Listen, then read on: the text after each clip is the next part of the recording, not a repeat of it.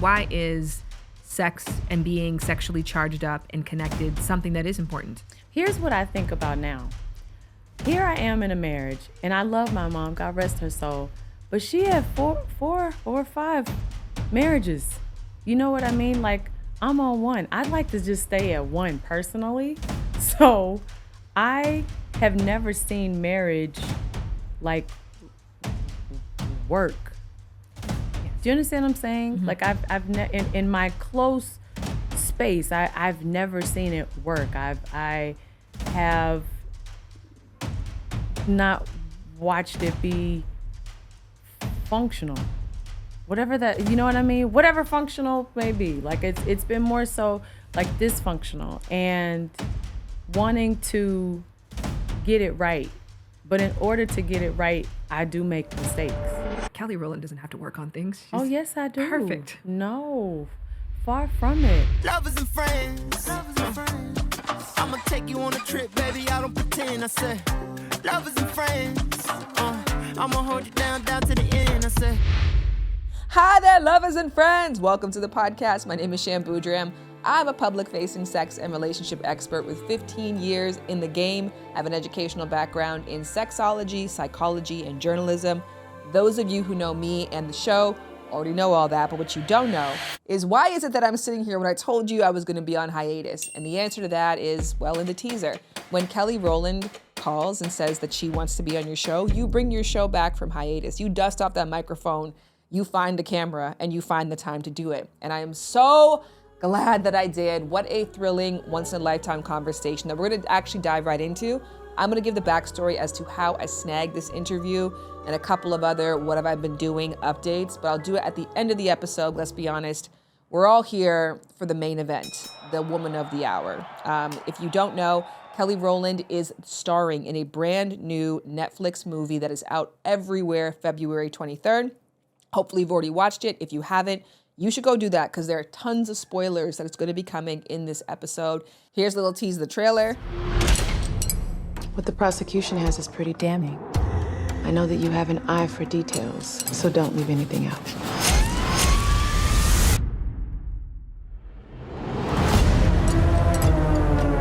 She was a goddess. One day I came back and she was gone. So you believe this guy? Zaire, why did you do it? I've never seen anything like it. You always go with your gut. Please, this is my life and they're trying to ruin me. You're repping Zaire Malloy. You're damn right. Mea Culpa is the inspiration for this conversation, and this conversation has two sponsors. The first, which is Dame Products, and let me tell you guys something. These toys will elevate your sex life. Should I bring this out, or is it looking too used? So happy. This is such a healthy conversation. It was a specific toy I remember buying, and I remember I was so excited about this toy, and I told him about this particular toy, and he was like, all right. And so we discussed it, talked about it. I'll have to tell you the whole story off camera because that I can't share. Dame Products is not another sex toy company. It is a movement committed to inclusivity, innovation, and pleasure, founded by a sex educator and an MIT engineer. Dame Product vibrators are companions on your journey of self-discovery and fulfillment. Plus, they have glowing reviews from the New York Times, W Magazine, and of course, yes, from me as well. So why settle for anything less than extraordinary? Join the thousands of satisfied customers who have made Dame Products a staple on their nightstands because when it comes to pleasure, you and your lucky partner deserve nothing but the best. Check out their line at dame.com, and if you would like to pick something up, my code SHANLOVERS gets you 15% off at checkout. And if you want a recommendation from me, go for the Air or the Night Bundle, which includes an Air because you need an Air. Anyways, let's chat with Kelly Rowland. Hey. Kelly Rowland! Yes.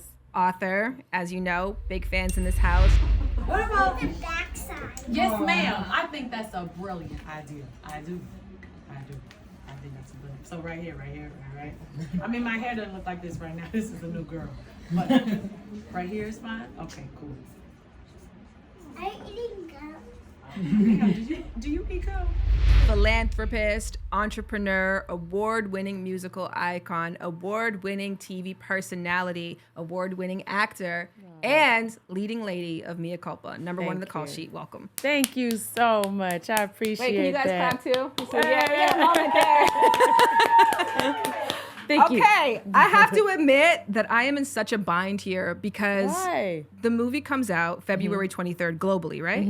Globally. It comes out February 23rd, and I'm going to be sharing this with everybody before that to ensure that when it does come out, it's number one and it's a huge hit. Thank So you so everyone's pressing much. go, which means they were like, no spoilers. So I watched it. I Okay. clearly want to talk about it with somebody else. You're somebody else who's been in it. Yes. I'm going to beep this part out for anybody who's going to be stressed out about this, okay? But Okay. the sexual eclipse scene, I didn't know that was a kink of mine. Like Really? to walk in and see somebody that I am sexually attracted to, having sex with somebody else, and then to just shoo them away, not even with words. And then to just everyone to understand it's me now. I'm in the Yes. room. Like, Yes. what? How hot was that? What was your face doing when you read the script? My mouth dropped. It was actually the moment I said, I don't know that I can do this film. If I'm being completely honest. It was literally the moment that Tyler he texted me and he was like, you got an answer for me? And I was like, can we talk on the phone? So of course he called me and we talked about it. And I said, and I kept stuttering. And I was like, he was like, you don't know if you want to do it. Does it scare you? And so, of course it did. Of course it did. So I called a friend of mine and he said, Kelly, if it doesn't scare you, what's the purpose? Like you have to jump and you have to take a risk. And he said, it should scare you. He was like, so you should jump right into it. And so I'm really grateful to him, really grateful to Tyler, because they pushed me out of a comfort zone. But when I read that scene, I said, oh, Lord, like it just, the room was really hot. I was like, God, dog. But I didn't, the funny thing is it was actually something else. It came in and it was supposed to be like all of us like really engaging in each other. Oh. And I said, I don't know. I said, I feel like it's something that like would really, like you'd want to be a part of it more kind of if you're watching. Yes. You know what I mean? You're like, what am I missing? Or what am I possibly missing? You know what I mean? So when the collide happens, it was just like more of like you know what I mean? Okay, am I interpreting that it was supposed to be a threesome? Yes. It's way better this way. Yes. It's way better this way. Yes. Because I we've thought so seen too. and done that before. Yeah. It is the eclipse that is so hot. Oh, good. I actually looked it up to be like, is there a specific word for this kink? And it was like, oh, it's a mix of voyeurism and a mix of the SM from BDSM, but it's like not technically has a word. Like it needs its own word because it's not cuckolding necessarily where you want to watch your partner with somebody else. God, I love this woman. Just love her. Keep talking. Right? And it's not voyeurism because Yes. that's not the turn on. But the turn on is that you're so insatiably desirable and your chemistry is so strong that you can walk into that moment and as if that person is barely even there. And they know it too. You're right. You're absolutely right. Oh my gosh. How many takes does it take to get those scenes? This was the funny part. The funny part to me was it was so technical. You know what I mean? Like I remember like before Tyler was like asking me like for a playlist. And so he's like, what's going to put you in a mindset? I was like, a mindset? Like I'm just, I had to get out of myself. And so I put together a playlist and then it was, all right, here we go. Like we're getting the intimacy coach is here. The lighting is here. This person is here. The boom guy is here. Like I was like, all right. And I remember asking other actors, like, how do you get your mind ready for something like this? Because, sex is so intimate and vulnerable, and I'm all about the senses of everything. I want it to smell right. Like in real life and for play. So I want it to smell right. I want the space to really like feel like I can completely surrender. So, yeah, that was like dancing, like that line was really, really crazy. You know what I mean? So it was us talking about it, like, deciding like what we're comfortable with. And then when it was time to call action, like it was like it happened. And then it was like, all right, stop. We need the light on the left side of Kelly's face. All right, Trevante, move your head to the right. Can you, like, it was I didn't more think you so were going to say that. face just now, though. No, it was so technical because it was about getting like the angles and the fact that like everything would glisten off of each other. Like, Yes. because that's what we were wanting to really like put details on. You know what I mean? Was the fact that if it's art, it has to be really beautiful and make people want to be a part of it. It was beautiful. It was sensual. It was sexy, which brings me to my next thought. So I asked ChatGPT how they would describe Kelly Rowland. And this is what ChatGPT said. Oh, Lord. I'm sure you can guess. What's ChatGPT? Kelly, are you joking? No, I'm not. I'm joking. Okay, so ChatGPT essentially is like Google AI. So you can ask it things, and rather than it giving you searches, it provides answers for things. And so it's like an omnipotent information source. Okay. It said, Kelly Rowland is the beacon of talent, empowerment, and grace in the entertainment industry and beyond. And I wanted to read that to you. Oh, AI. I've been giving you a hard time. I'm sorry, boo. Not even a beacon, the beacon. Oh, wow. I wanted to read that in light of the logline of the film, which I love, which is everyone is guilty of something. And I think that's interesting for you because we can look at Kelly as, and I say Kelly Rowland because it's a brand, right? And I want to make that different than the person, but we can look at Kelly Rowland as grace and style and poise and class. And those are things that clash with many of our perceptions around sexuality. Was this movie a conscious choice to get people to see you more dimensionally? Yes and no. I remember being afraid of that. You know what I mean? And what I mean by that is like, oh my God, it's so out of the grace and poise and this and that. And then I thought to myself, so, you know what I mean? It's a character. It's also fun. This is pushing me, and I love all of the above. So why not? And I was afraid that it would clash, and then I just didn't care anymore. I really, really didn't. Because, I mean, there's so many other things I'd be intrigued to play. You know what I mean? Like, that are so completely opposite of me because it's colorful. It allows you to see so many different sides. And I think that we all have so many different sides, whether we're going to tap into them or not, scared of them or not. I just think that it's just it's exciting. Because I don't think it's scared to, and this is the thing, it was even a good reckoning for me because your music is sex, love, empowerment. We know you to be sexy and fine as hell. So we don't have a problem looking at you as sexy, but sexual. For some reason, those two things don't coincide because of even somebody who's done a lot of work around dismantling like shame and judgment and stigma around sexuality. For me, I'm even having a hard time seeing you have sex because I'm like, Kelly doesn't have sex. Yes, she does. She has two fucking kids. Yes, I have 2 kids. And yeah. Yeah. And I think that that's a part of it too, of saying that this isn't some far off part of you. It's a beautiful part of who you are, and was a part of the sex positivity from a woman's side of it a reason why you were attracted to the script? Like I said, it was the one thing that scared me away from the script. And, but it was also the thing that really lured me into it. But yeah, because I was like, oh, do I want people to see me or know me like that?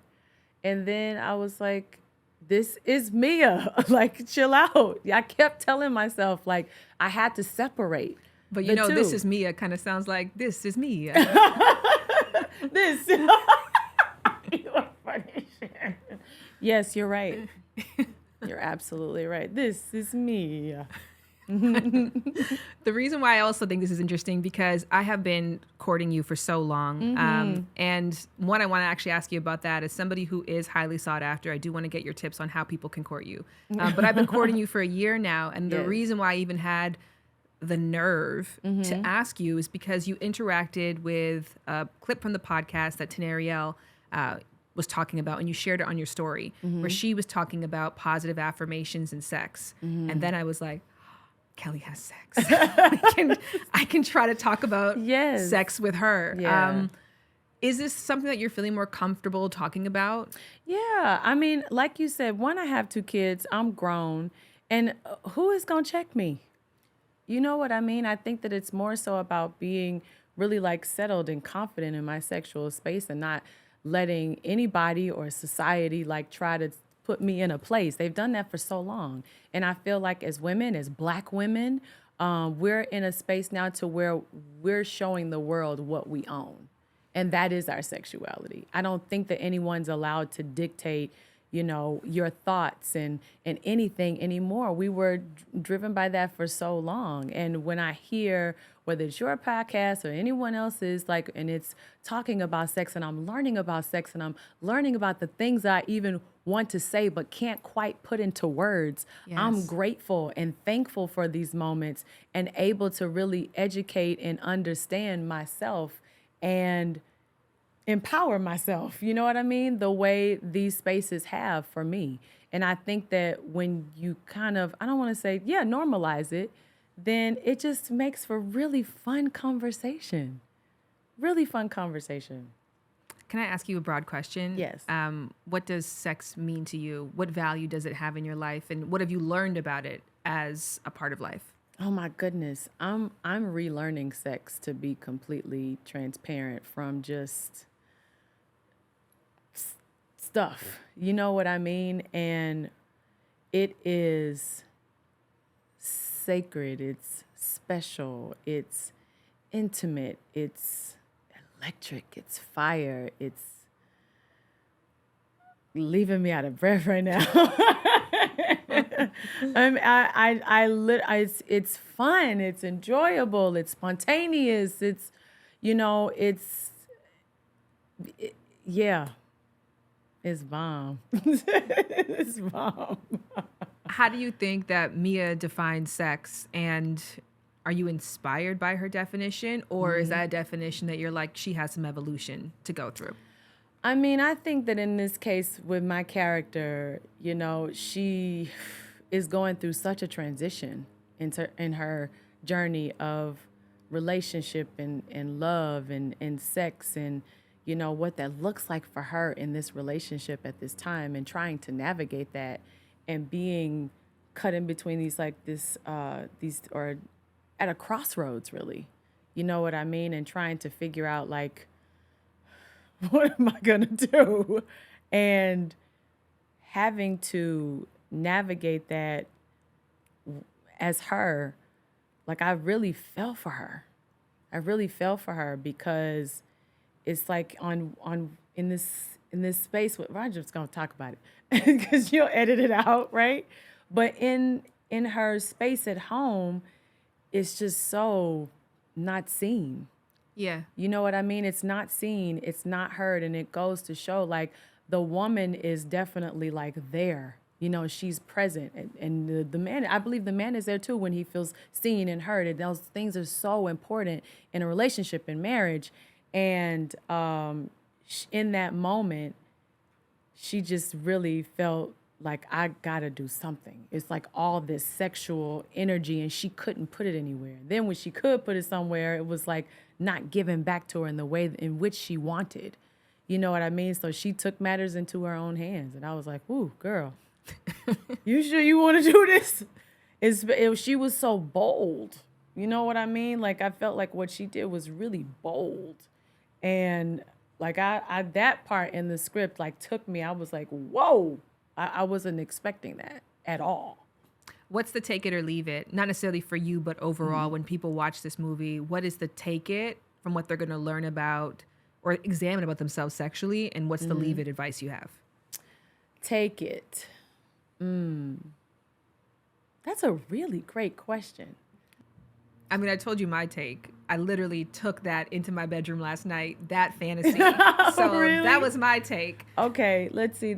I mean, my very first thought was the paint.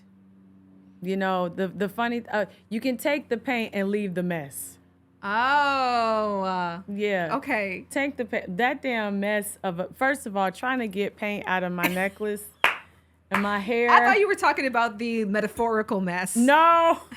The when I tell you the paint was everywhere. Like everywhere. It was everywhere. Like we had to send stuff like to special cleaners to get it out, including my hair.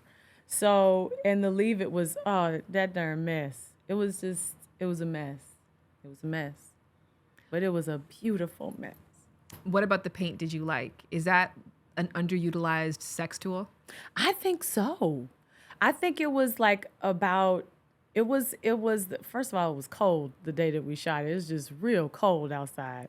So we had like heaters, but the heaters just wasn't enough. But it was like this one moment where the paint like dripped like toward like the like very small of my back, and I said, whoop, and I felt something.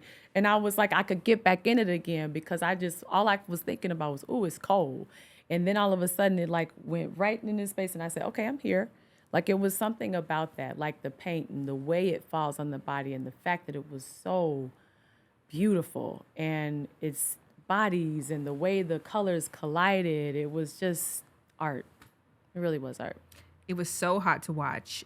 What conversations do you have to have in your real life about intimate scenes? Well, the funny thing is I remember we were supposed to shoot it one day and I called my husband and he was like, all right, well, go do whatever it is you're going to do. It wasn't like, kill it, have fun, you know what I mean? But he was very supportive, very supportive. But it was, he was like, well, what happened? And so when I'm describing it, but then I'm saying, but then I stopped and then I'm explaining everything in detail so that he knows. And, so when people if they start even asking questions, he's like, I know. Yes. I know. Like that means the most to me and to him and to us as a unit is for him to be like, yeah, no, I saw it. I know. But I hit that first. It's all of that. Like I care about that more than anything. That's been mine. You know what I mean? It's just like, yeah. Can you take inspiration from that into your own life? No, I was definitely bothered and ready to come home after that scene. Definitely ready because I was in Atlanta and we filmed in Atlanta. We filmed in Atlanta, we filmed in DC, and we filmed in the Dominican. But after that, we filmed it in Atlanta. And I remember I called my husband and it was still early in LA. And that was a lovely night. That's great. That's great. I could ask for more details, but I'm going to be classy. I'm going to be the beacon of talent and grace in this moment.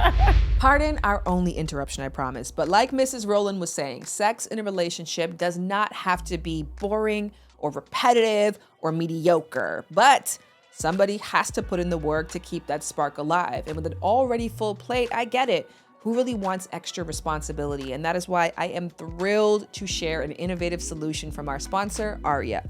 ARYA is a subscription service that is like having a personal concierge for your love life. You can stop guessing what gets your partner excited about sex or what they want to try and let ARYA figure it out for both of you.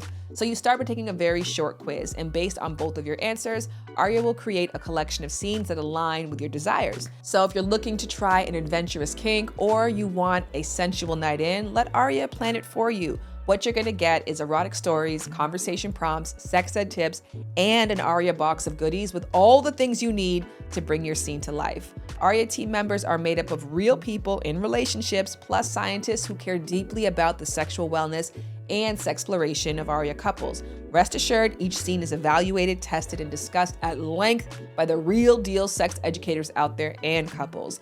Jared and I have been using ARYA since last year, and it has been such a blast to get these monthly memorable experiences curated for us. And look, it costs less than a dinner date. Plus, if you use my code SHAN15, you can get 15% off now. Happy sexplorations. This sits in the erotic thriller category. And even there's something called arousal confusion, wherein that when people are scared, they can actually mistake that for being aroused because it's the exact same physiological response that takes place. So that's why they suggest actually going on a dangerous first date is more likely to make someone like you because you're already going to be in fight or flight and that like heightened sense of anxiety.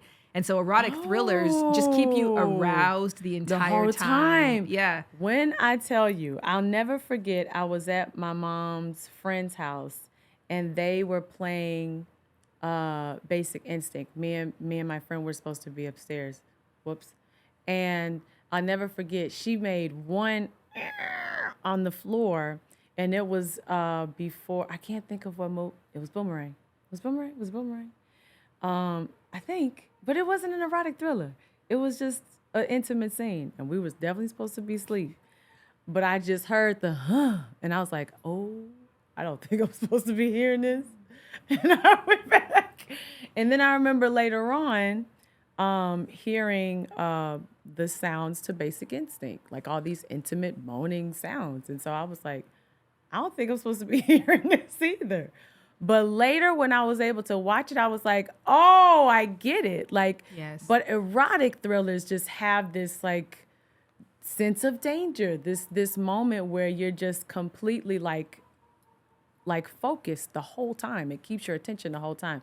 And that is impressive. I understand why Michael Douglas like did them back to back to back to back to back. They were so successful at that time. Did you see like the string of erotic thrillers he did? No. Back to back. Oh my gosh.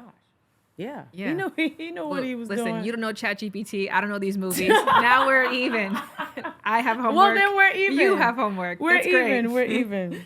I loved this way that Tyler Perry described the movie. I wanted to read. I thought it was really lovely. Okay. Just lose yourself in this moment, 2 hours where you just enjoy a story, peek into someone else's life, be a voyeur, look at what they're doing, escape for a minute. There's so much going on in the world, so much darkness, so much madness. Just take a moment to escape and enjoy this crazy thriller with these incredible actors. I think you'll have a good time.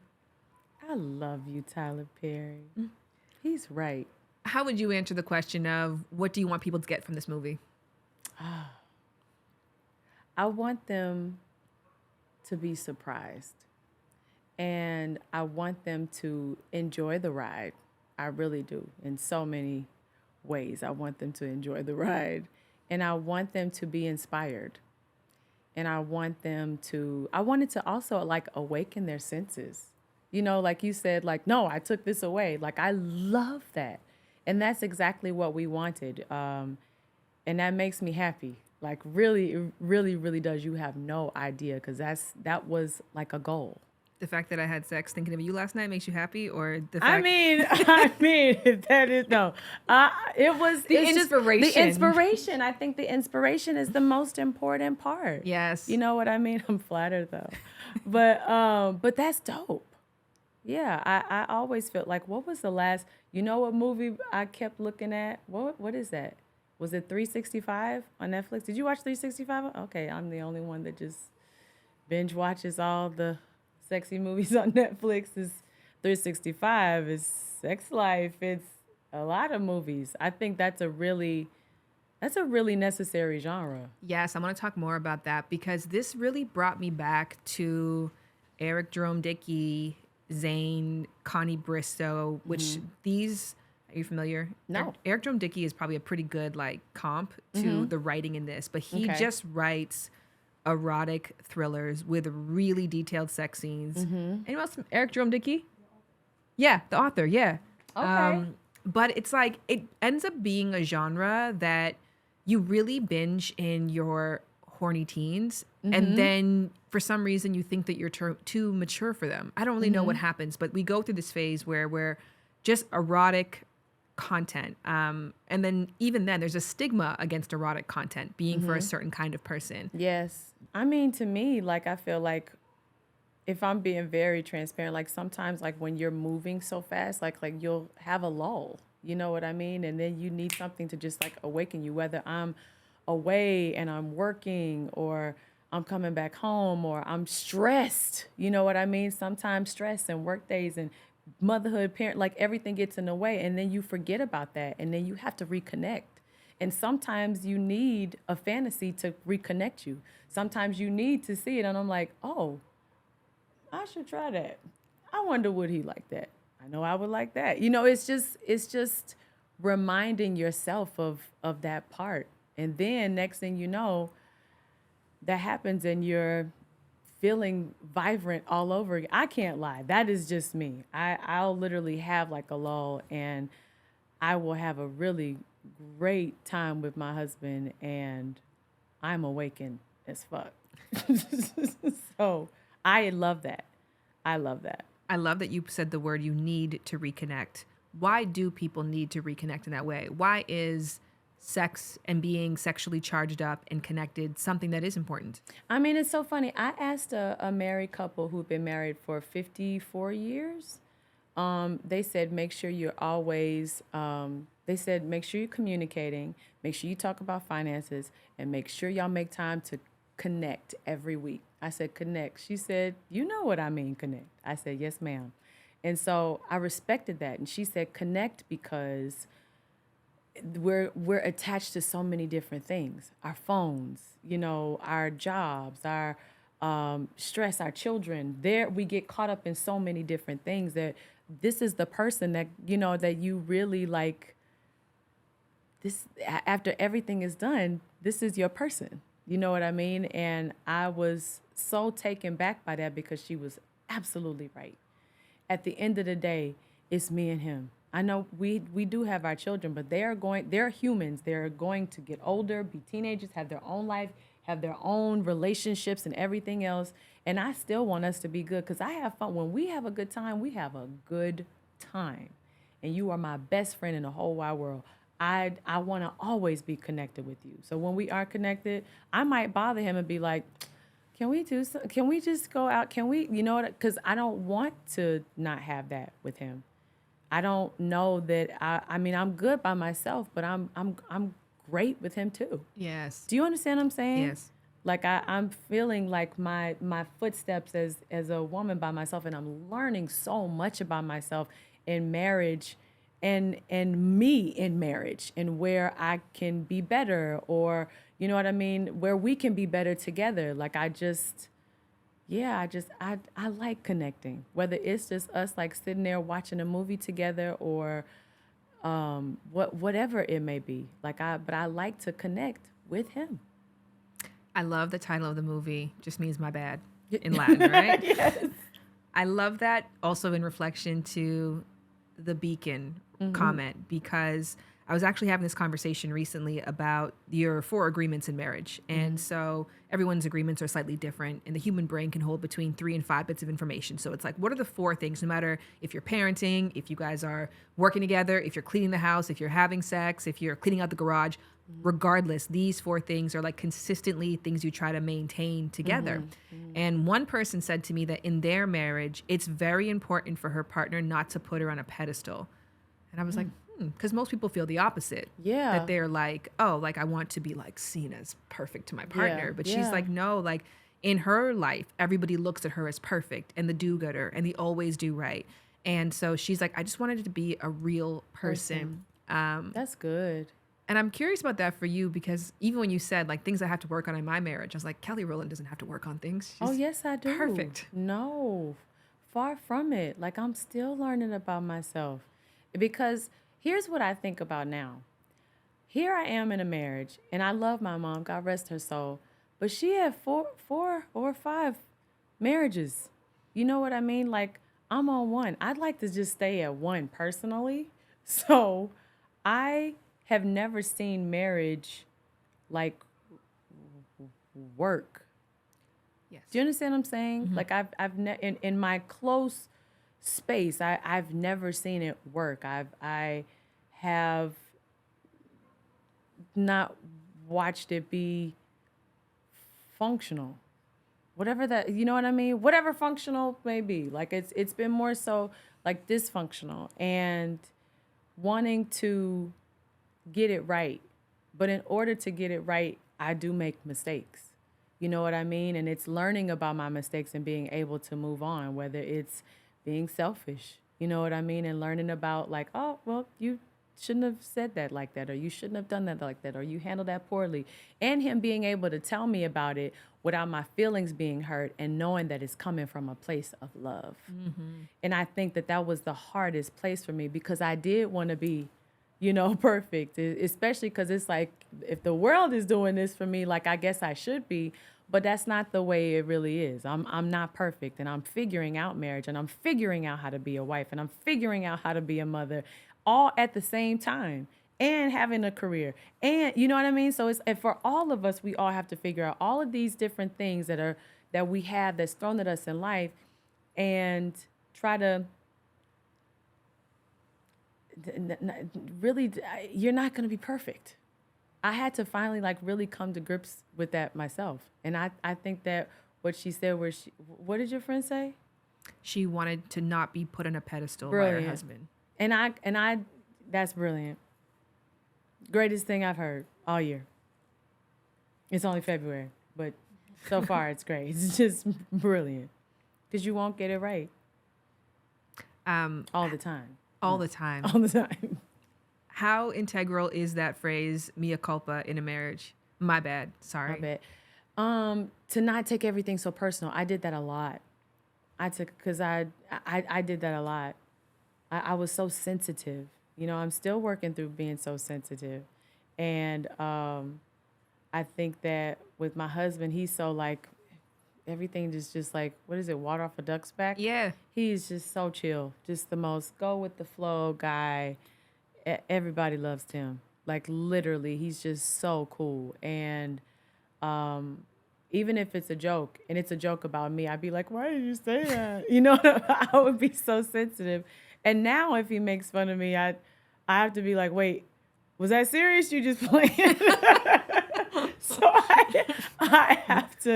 I really have to,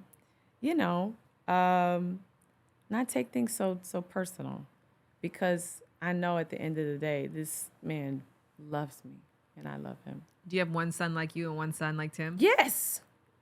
Titan is me. Noah is Tim. Correct? All day. Noah is just a G. A G. And Titan is the Scorpio sensitive guy, and I'm an Aquarian, but we just happen to look alike and act just alike. It's wild. The movie starts in a therapist's office. Mm-hmm. So the first thing that we learn is that this woman is having problems in her marriage. Mm-hmm. How important do you think is therapy? How important is therapy, do you think, to a marriage? Oh my gosh. I think it's very important. And it's important not to wait till the problems come. Whether you're having therapy on your own or together, I think that is necessary. I am definitely in my therapy all the time. I'm in my therapy all the time. And for us, we found one, and we have to find another one. Yep. This one guy that we had he didn't fit us. And Tim seems to disagree with me, but I was like, nope, he ain't right. I love that you said that, because some people write off therapy because of their experience with a therapist, but it's a relationship like anything else. Yes. But we're able to talk through things way easier now. So he did something. He definitely made it easier for us to communicate with each other. So thank you. I know that the movie is not, it's an escapism movie. It's a moment to see, as Tyler said, it's a voyeuristic movie of seeing something fantastic that you're just not going to experience. Mm-hmm. Your neighbor's probably not going through this. But there's definitely takeaways from this that people can apply to their own life. What are some of the things and the themes that you're really proud, especially as a Black woman, that this movie brought up and is going to make a conversation? Oh, I have not thought about that. I mean, kink and therapy comes to mind for me. Kink and therapy. You're right. That's definitely one.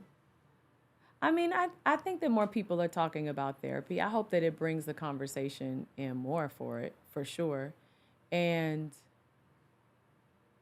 we don't talk about kink. Why don't we talk about kink enough in our community? Is it because it's why not? It's a real question. Yeah, I think that there's a strange dichotomy that happens wherein it's the Bible Belt influence of you're not supposed to, but then also the pop culture influence of you're expected to be the freakiest, sexiest, most sexual. And I think nobody's really either. Right. And it's embarrassing to admit that. Wow. Okay. Why do you think? I mean, I think that a lot of things are taboo. They've kind of just like been like that. Yes. And I don't know why they still have to be. I think that if some people like want to like keep certain things like at bay and you don't want to talk about it, that's one thing. But they don't talk about it with their partner. But they don't talk about it with their partner. And I think that sometimes it's because you don't know what your partner's going to think about you. But it's supposed to be an intimate space. Yes. So I'd much rather be honest and then say, if you think I'm crazy or kinky, then so be it. You know what I mean? And it's just between you two. And that's why it's intimacy. And that's why intimacy is necessary. And that's why intimacy is important. And it just makes things like tighter of a connection. You know what I mean? Between two people. So, yeah. Can you provide a PSA on kink? Not to say that you're kinky unless you want to self-identify as that. But I'd say I'm a sensualist. Oh, tell me about that. Well, I saw this. What was that? It was a special on Netflix. It was something that Gwyneth Paltrow did. Did you see that? Yes. And she Sex and Goop. Yes, Sex and Goop. And so I found it really interesting. There was a woman on there who talked about like who had different couples on, and it was a couple that a guy who realized he was more kink than anything, black man. And he was kind of like taken aback by it. And his wife was more sensualist, but she hadn't had any orgasms. And he was trying to they were having this like kind of clash in the bedroom sexually. And I remember thinking like, wow, that's a long time for him to feel like he couldn't tell her that. Yes. You know what I mean? And a long time for her to not have this wonderful orgasm that she deserved. You know what I mean? And to know your body, for your partner to know your body and you to know your partner's body is the most intimate thing that you can ever experience. And it's supposed to be a safe space. Yes. It's supposed to be a safe space for a beautiful thing to happen. And I feel like kink is definitely necessary when it needs to be there, for sure, to whether it's strike a fire or to bring on a spontaneous moment. But I think it's nothing wrong with kink. But I am a sensualist. Okay, you have to actually educate me right now because I can feel what that word means, but I've actually never heard it before. So a sensualist is somebody whose senses have to be awakened in order for them to really come alive. And I'm all about it smelling good, the lights being low, the music is right, the way you touch, the candle has it's all about that. And when it's like that, I don't know what version of me you're going to get, but you'll get the best one. And that is real. When all of my senses are awakened, I'm scared of what I'm going to do. Is it important for people to identify? Not even scared of what I'm going to do. I'm just alive. Yes.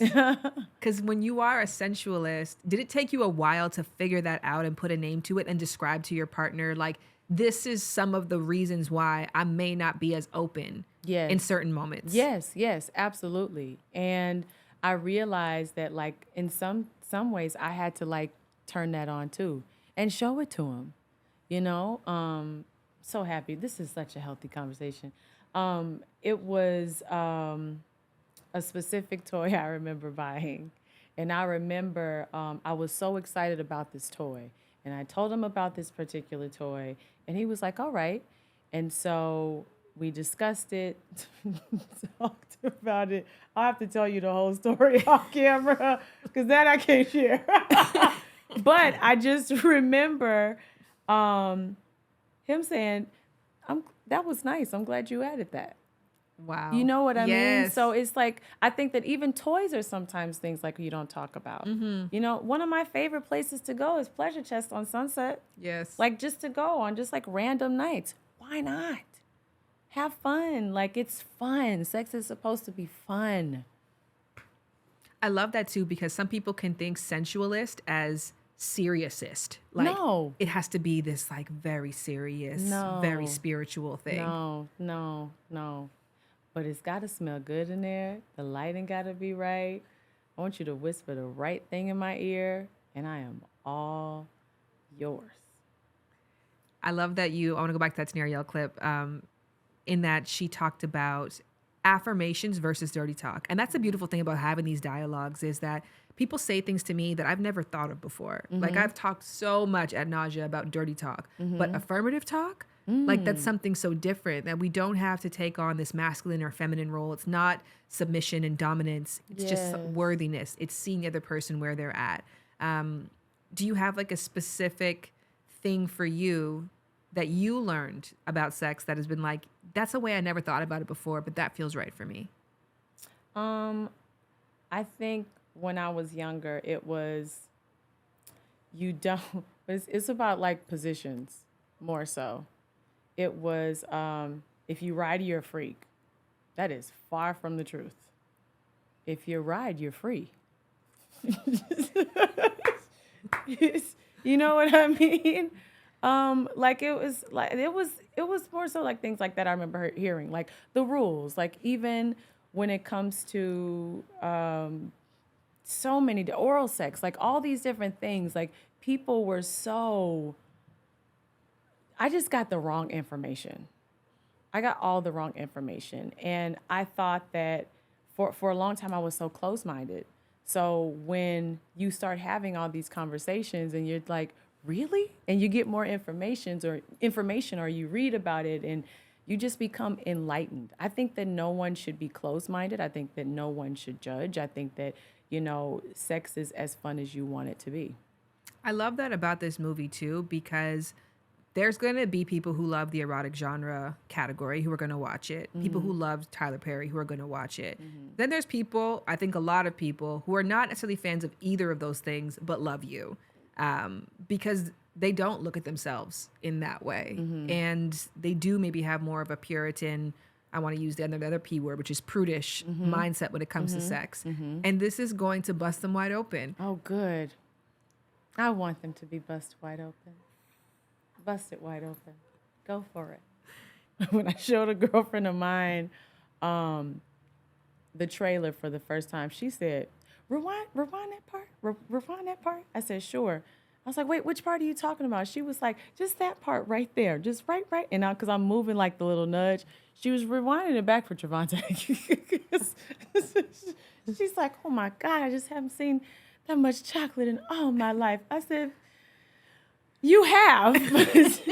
You have, but I need you to calm down. So the women that have asked me about Trevante in particular, such a gentleman, very, very kind on set, super professional. And I mean, even when we met for the first time, it was like Trevante, but then when I saw him on set, it was Zaire. It was not, he literally disappeared. So I am forever in awe and grateful to him because he made me step up. I felt like, oh man, you know what I mean? I loved his performances in all of the movies that he's done. And he's a real method actor, really great. So I wanted to meet him as much as I could. Last question I have for you. Was this your first time as number one on the call sheet? Yes! Big things. Oh, yes. For a movie, for sure. Yes. For a global released movie. Yes. So it's going to go down in history for you. I mean, so much more acting to come. Thank you. This is yes. Right, that's true, right? Yes, absolutely. Why is this special? Why is this movie special to you? And why are you proud to have it as your first number one?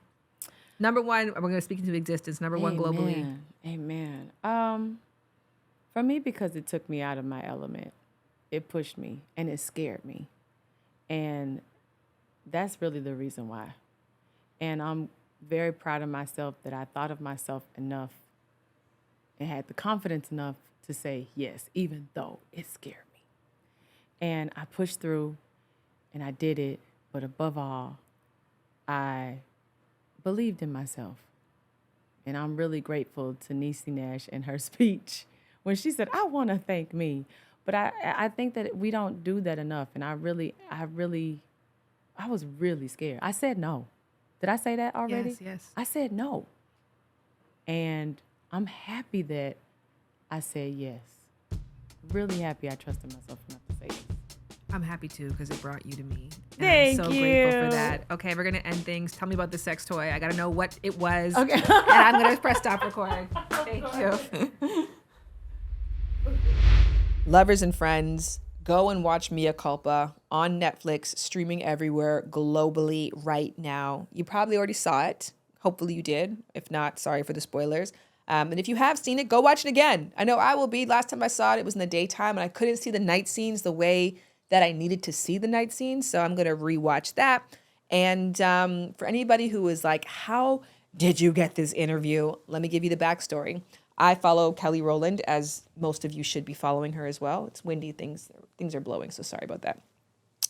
So I follow her on Instagram, and then to my delight, shock, surprise, she posted a Lovers and Friends clip on her story. I talked about this in the episode. It was the Teneriel episode, and her sharing that was such a moment because I was like, wow, she has seen my work.